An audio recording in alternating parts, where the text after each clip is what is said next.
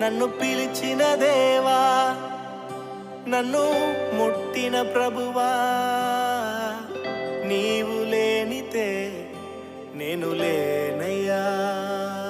దేవుని పరిశుద్ధ నామమునకు మహిమ కలుగును గాక.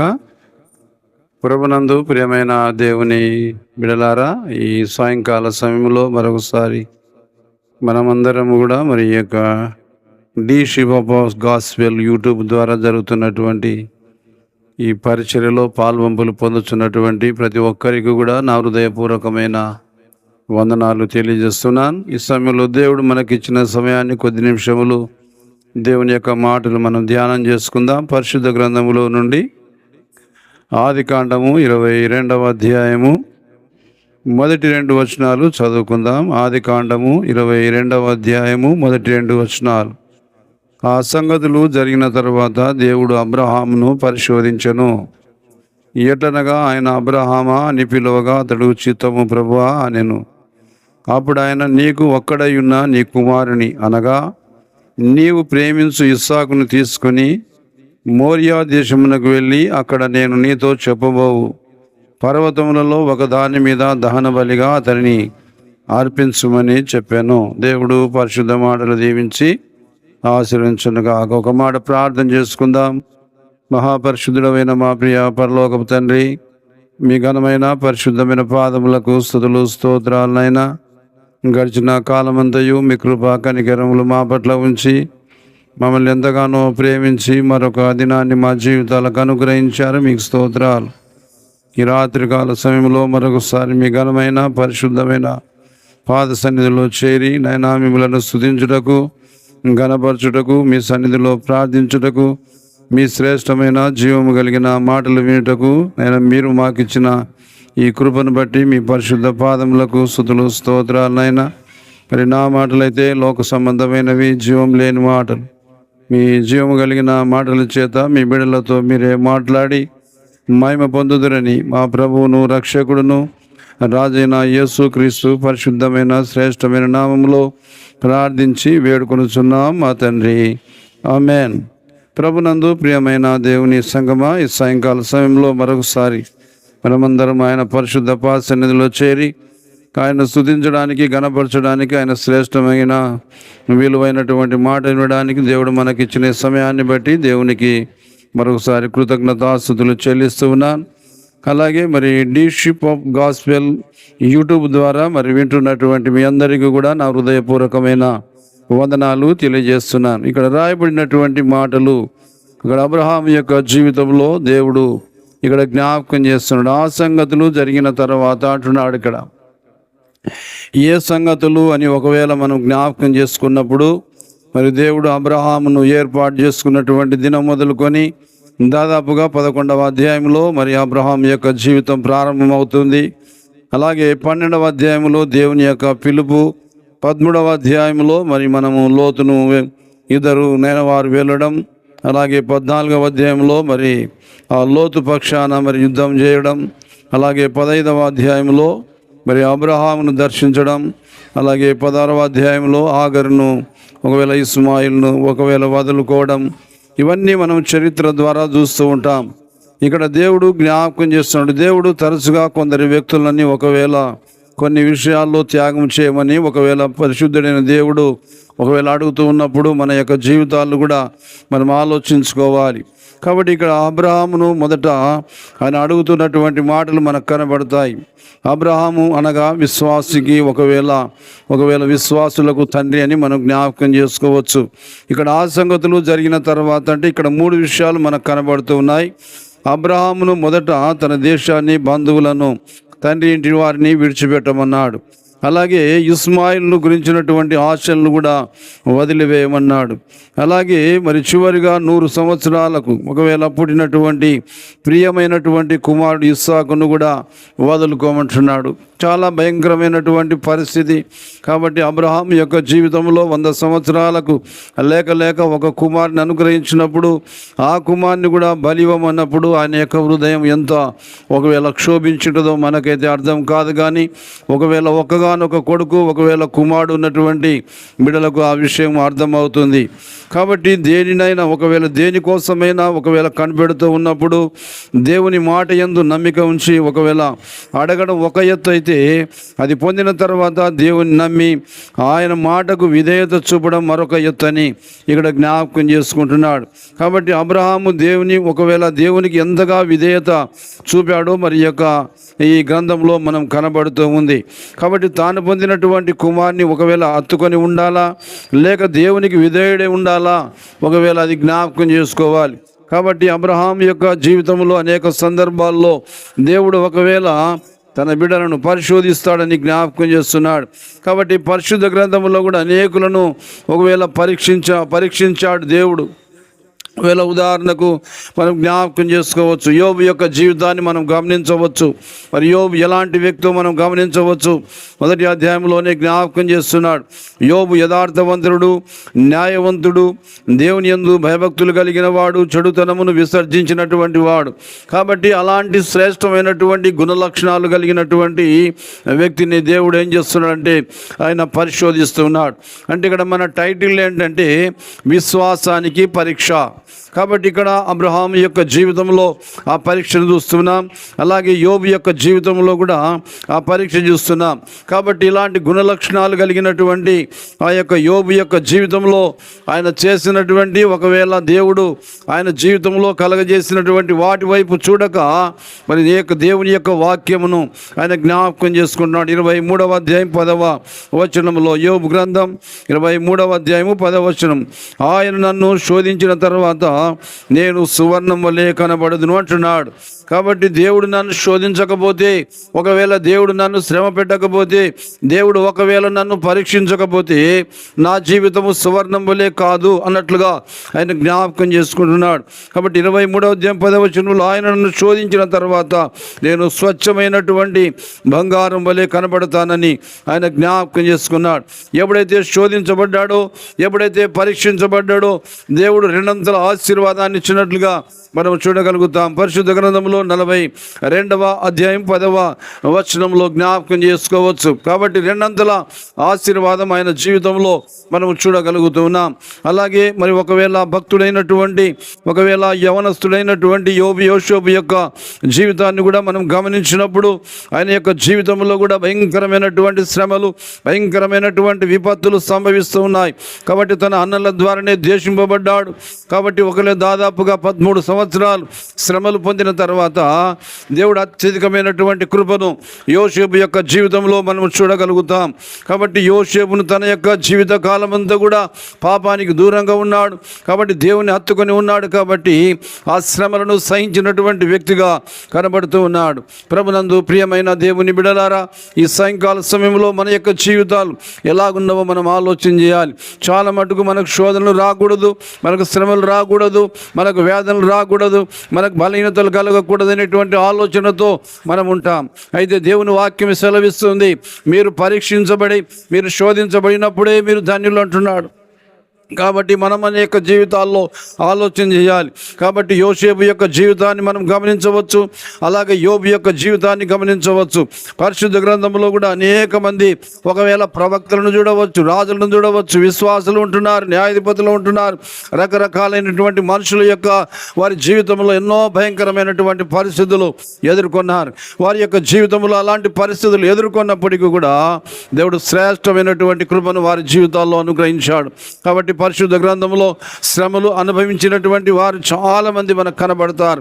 ఆ శ్రమల ద్వారా వారి యొక్క జీవితాలు ఎలాగున్నవో పరిశుద్ధ గ్రంథమే తెలియజేస్తుంది. భక్తుడైనటువంటి రాజైన దావీదు మహారాజు తన యొక్క జీవితంలో 119వ కీర్తన 67, 71వ వచనాలలో జ్ఞాపకం చేస్తారు. శ్రమ కలగక మునుపు నేను త్రోవ తప్పితిని అంటున్నాడు. శ్రమలు రావడం నాకు మేలాయని అంటున్నాడు. కాబట్టి మన జీవితంలో ఇలాంటి పరీక్షలు వస్తున్నప్పుడు మన యొక్క విశ్వాస జీవితంలో తొట్టిల్ల గాక మనం దేవుని వైపు చూడాలి. విశ్వాసమున కర్తయు దాన్ని కొనసాగించువాడైన యేసు వైపు చూడాలని దేవుని యొక్క వాక్యం సెలవిస్తూ ఉంది. ఒకవేళ మన విశ్వాస జీవితంలో తొట్టిల్లినట్లయితే, మన యొక్క విశ్వాస జీవితంలో ఒకవేళ దిగజారిపోయిన పరిస్థితిలోనికి వచ్చినట్లయితే ముందున్నటువంటి ఆశీర్వాదాలు మనం పొందుకోలేం. అబ్రహాం యొక్క జీవితంలో అలాంటి పరీక్ష వచ్చింది. ఎంతో భయంకరమైన వేదనకరమైనటువంటి ఆ పరీక్షలో ఆయన నెగ్గగలిగినాడు. మనకి హెబ్రీయులకు రాసిన పత్రికలోనే మనం జ్ఞాపకం చేసుకోవచ్చు ఆయన యొక్క జీవితం ఎలాంటిదో మనం జ్ఞాపకం చేసుకోవచ్చు. హెబ్రీయులకు రాసిన పత్రిక 11వ అధ్యాయం 18 నుంచి 19 వచనాల్లో జ్ఞాపకం చేస్తున్నాడు. అబ్రహాము మృతుల సైతం లేపుటకు దేవుడు శక్తిమంతుడని ఆయన జ్ఞాపకం చేసుకుంటున్నాడు. కాబట్టి చక్కని విశ్వాసం కలిగినటువంటి జీవితం కలిగినట్లుగా మనం చూడగలుగుతున్నాం. కాబట్టి అబ్రహాము జీవిత కాలం అంతా కూడా అలాంటి భయంకరమైన పరిస్థితులు కలిగినప్పటికీ కూడా దేవునికి లోబడినటువంటి జీవితం జీవించిన వ్యక్తిగా కనబడుతున్నాడు. దేవుని మాటకు లోబడిన వ్యక్తిగా కనబడుతున్నాడు. దేవునికి బలిపీఠం కట్టిన వ్యక్తిగా కనబడుతున్నాడు. అలాగే ప్రార్థనా జీవితం కలిగిన వ్యక్తిగా కనబడుతున్నాడు. కాబట్టి తాను తగ్గించుకున్న వ్యక్తిగా కనబడుతూ ఉన్నాడు. కాబట్టి విశ్వాస వీరుడిగా కూడా కనబడుతూ ఉన్నాడు. తర్వాత అబ్రహాం యొక్క జీవితంలో ఆశీర్వదించబడిన వ్యక్తిగా కనబడుతున్నాడు. కారణం ఏంటంటే తన యొక్క జీవిత కాలమంతా కూడా దేవునికి విధేయుడై జీవించాడు. కాబట్టి విశ్వాసములో ఇలాంటి పరీక్షలు వచ్చినప్పటికీ కూడా, ఇలాంటి శోధనలు కలిగినప్పటికీ కూడా, ఇలాంటి భయంకరమైన పరిస్థితులు సంభవించినప్పటికీ కూడా విశ్వాసములో ఆయన తొట్టిల్లలేదు. మన యొక్క జీవితంలో కూడా మనం అలా ఉండడానికి మనం ప్రయత్నం చేయాలి. ఏదైనా బలహీనత వస్తూ ఉంటాయి, ఏదైనా సమస్యలు వస్తూ ఉంటాయి, ఏదైనా కొన్ని దుఃఖకరమైనటువంటి బాధలు మన జీవితంలో కలుగుతూ ఉన్నప్పుడు మనం కృంగిపోయేటువంటి పరిస్థితుల్లో మనం ఉంటాం. కాబట్టి ప్రభు అయిన యేసుక్రీస్తు నన్ను ప్రేమించి ఈ లోకానికి మానవునిగా వచ్చినటువంటి గొప్ప దేవుడు. కాబట్టి ఈ లోకంలో ఆయన ఎలాగూ జీవించాడో మనకు తెలుసు. కాబట్టి 4 సువార్తల్లో మనం ఒకవేళ ఆయన జీవితాన్ని జ్ఞాపకం చేసుకున్నప్పుడు అనేక సందర్భాల్లో ఆయన శోధించబడ్డాడు, అనేక సందర్భాల్లో అవమానించబడ్డాడు, అనేక సందర్భాల్లో ఒకవేళ శ్రమలతో కూడినటువంటి జీవితాన్ని ఆయన గడిపాడు. కాబట్టి మన జీవితంలో అలాగ ఉండడానికి మనం ప్రయత్నం చేయాలి. ప్రభు అయిన యేసుక్రీస్తు విధేయత ఎలాగ నేర్చుకున్నాడంటే హెబ్రీయులకు రాసిన పత్రిక 5వ అధ్యాయం 7-8లో ఆయన జ్ఞాపకం చేస్తున్నాడు. బ్రతికున్నటువంటి దినాలలో మహారోదనతోనూ, కాబట్టి నన్ను మరణం నుంచి తప్పించేవాడు ఎవడనేటువంటి ఆ యొక్క వేదనతో ఆయన ప్రార్థన చేస్తూ ఉంటున్నాడు. శ్రమల ద్వారా విధేయత నేర్చుకున్నాడు. కాబట్టి ఆ విధేయత మన యొక్క జీవితంలో మనం కలిగి ఉండాలి. కాబట్టి తాను తగ్గించుకున్నాడు. ఎలాగొచ్చాడంటే మనకు ఫిలిప్పీయులకు రాసిన పత్రికలో 2వ అధ్యాయం 6 నుంచి 8 వచనాల దాకా ఆ లేఖన భాగములు మనకు చదివితే జ్ఞాపకం చేస్తున్నాడు. కాబట్టి తాను తగ్గించుకొని ఈ లోకానికి మానవునిగా వచ్చిన తర్వాత ఆయన జీవిత కాలం అంతా కూడా ఎన్ని అవమానాలు, ఎన్ని శోధనలు ఆయన వచ్చినప్పటికీ కూడా ఎక్కడ కూడా విశ్వాసములో తొట్టిల్లనేటువంటి ప్రభుగా మనకు కనబడుతున్నాడు. కాబట్టి మనం కూడా అలాంటి జీవితం జీవించాలని దేవుడు కోరుకుంటున్నాడు. కాబట్టి పరిశుద్ధ గ్రంథంలో ఒకవేళ పేతురు భక్తుడు రాస్తున్నటువంటి మాటలు చూడండి. పేతురు భక్తుడు 1 పేతురు రాసిన పత్రిక 1వ అధ్యాయం 7వ వచనంలో నశించిపోవు సువర్ణం అగ్ని పరీక్షల వలన శుద్ధపరచబడుతున్నది కదా, దానికంటే అమూల్యమైన మీ విశ్వాసమును ఈ శోధనల చేత పరీక్షకు నిలిచిన వారే యేసుక్రీస్తు ప్రత్యక్షమైనప్పుడు మీకు మెప్పును మహిమయు ఘనతయు కలుగుటకు కారణమంటున్నాడు. కాబట్టి మన యొక్క జీవితంలో ఇలాంటి పరీక్షలు వస్తూ ఉన్నప్పుడు నిలబడాలి. ఇలాంటి బలహీనతలు ఒకవేళ మన జీవితంలో కలిగినప్పటికీ కూడా దాన్ని ఎదిరించగలిగేటువంటి శక్తిని దేవుడు మనకిచ్చాడు. కాబట్టి ప్రార్థన ద్వారా వాటిని జయించవచ్చు. కాబట్టి అబ్రహాం యొక్క జీవితంలో ఎన్నో ఎదుర్కొన్నాడు. ఎన్నో భయంకరమైన పరిస్థితులు ఎదుర్కొన్నప్పటికీ కూడా లాస్ట్కు చివరిగా ఆయన జీవితంలో ఒకవేళ 100 సంవత్సరాలకు ఒకగానొక కుమారుని అనుగ్రహించినప్పుడు కూడా మరి ఆ కుమారుని బలిగా అర్పించమన్నప్పుడు ఎంత విధేయత ఆయన కనబడుస్తున్నాడో మనకు తెలుసు. కాబట్టి నా కుమారుడు ఒకవేళ మరలా తిరిగి బ్రతించగలిగినటువంటి దేవుడు ఆయన సర్వశక్తిమంతుడని అక్కడ జ్ఞాపకం చేసుకుంటూ ఆయన జ్ఞాపకం చేస్తున్నాడు. 3వ వచనంలో చూడండి, 22వ అధ్యాయం 3వ వచనంలో జ్ఞాపకం చేస్తున్నాడు. అబ్రహామును కుమారుని బలి అర్పించమని కోరిన వెంటనే తెల్లవారినప్పుడు ఇస్సాకును బలి అర్పించుటకు బయలుదేరిన అంటున్నాడు. దేవుడు చెప్పిన వెంటనే చేయుట అబ్రహాముకున్నటువంటి మంచి శ్రేష్టమైన లక్షణముగా కనబడుతుంది. 5వ వచనంలో చూడండి, పనివారితో గాడిదతో ఇక్కడనే ఉండుడే, నేను ఈ చిన్నవాడును అక్కడికి వెళ్ళి దేవునికి మొక్కి మరలా మీ యొద్దకు వచ్చేదనం అంటున్నాడు ఇక్కడ. కాబట్టి ఎంత శ్రేష్టమైన జీవితమో చూడండి. అబ్రహాం అనుకోవచ్చు ఒకవేళ నేను వచ్చేదనని అనవచ్చు, కానీ ఇక్కడ తెలియజేసిన మాట బహువచనాన్ని వాడుతున్నాడు, వచ్చేదము అంటున్నాడు. కాబట్టి ఇలాగూ చెప్పుడులో విశ్వాసములో ఎంత శ్రేష్టమైనటువంటి వ్యక్తిగా ఉన్నాడో మనకు జ్ఞాపకం చేస్తున్నాడు.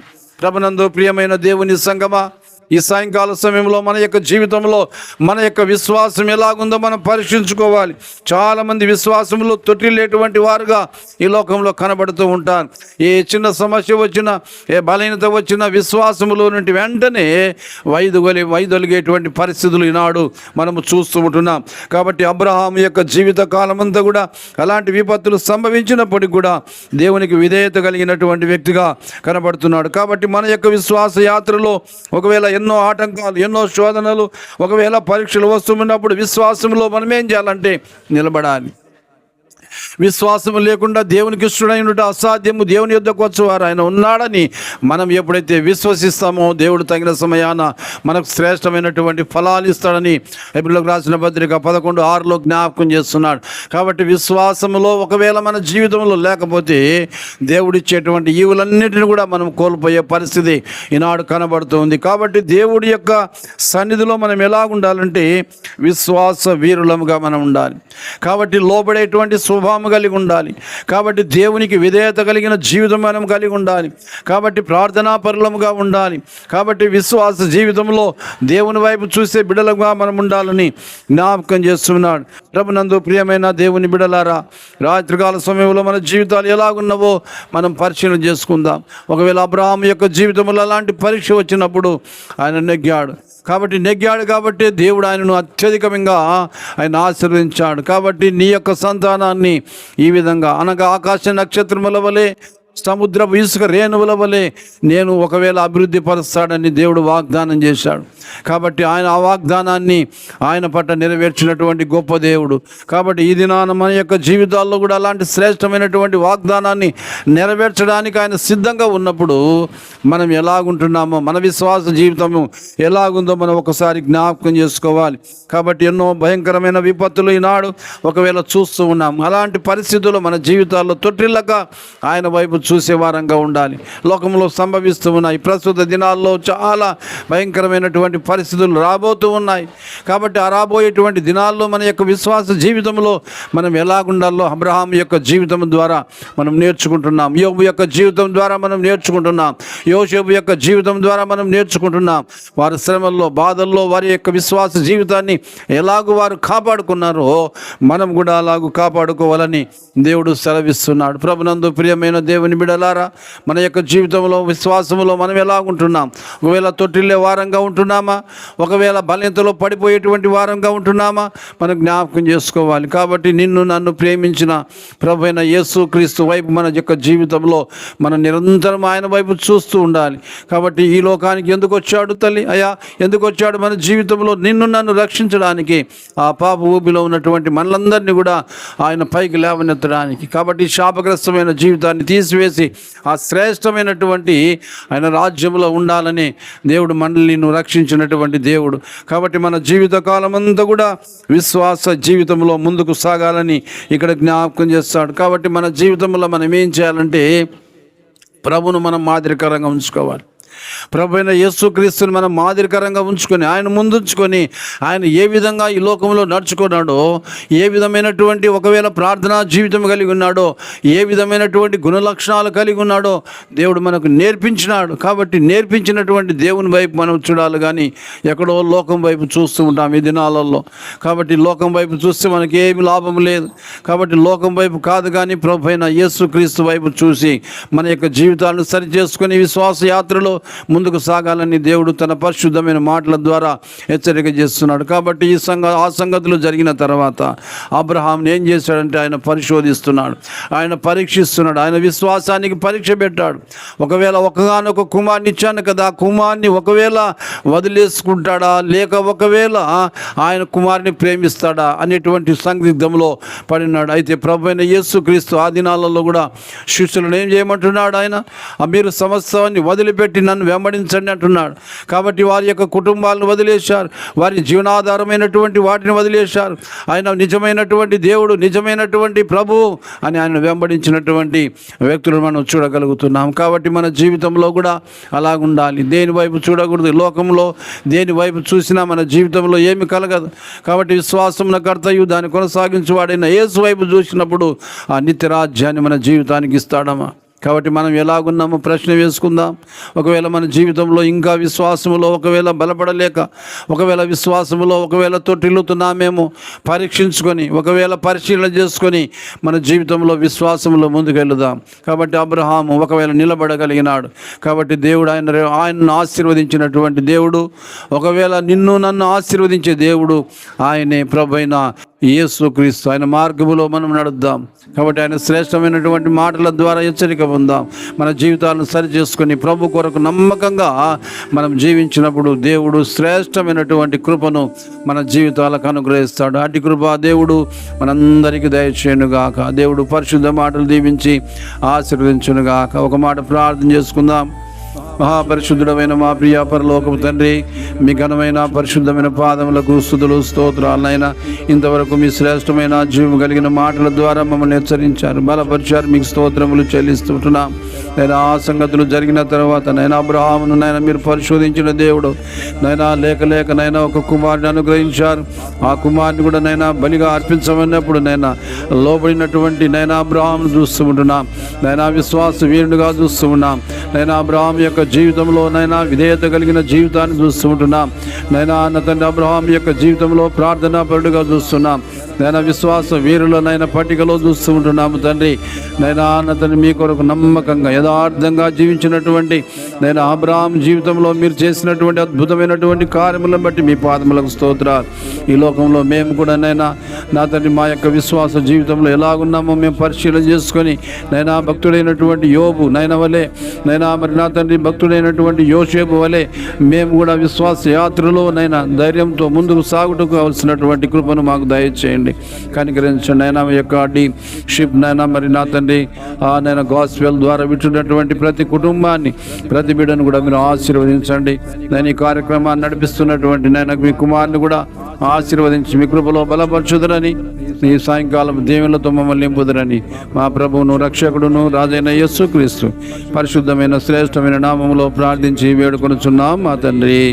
ఆమేన్. ఒంటరిగా ఏడ్చినప్పుడు ఓదార్చువారు లేరు, తొట్టిల్లి నడిచినప్పుడు ఆదుకొన్నవారు లేరు. ఒంటరిగా ఏడ్చినప్పుడు ఓదార్చువారు లేరు, తొట్టిల్లి నడిచినప్పుడు ఆదుకొన్నవారు లేరు. బిగ్గరగా ఏడ్చినప్పుడు కన్నీరు తుడిచే కృప, బిగ్గరగా ఏడ్చినప్పుడు కన్నీరు తుడిచే కృప. నీ కృప లేకుంటేనే నేను లేను, నీ కృప లేకుంటేనే నేనేమి లేను. నేనని చెప్పుటకు నాకేమీ లేదు, సామర్థ్యము అనుటకు నాకని ఏమీ లేదు. నేనని చెప్పుటకు నాకేమీ లేదు, సామర్థ్యము అనుటకు నాకని ఏమీ లేదు. అర్హత లేని నన్ను హెచ్చించినది నీ కృప.